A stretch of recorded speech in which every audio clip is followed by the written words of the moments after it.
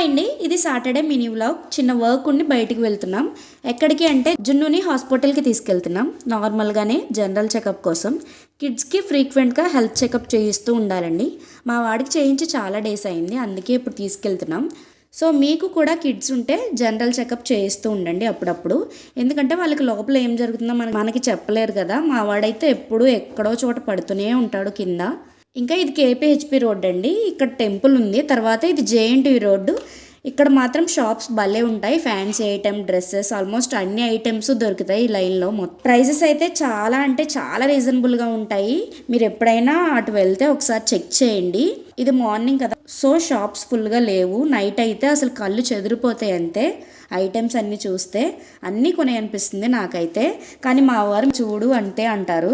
అలా బైక్ మీద ఆపకుండా మెరుపు తీగలా తీసుకెళ్ళిపోతారు.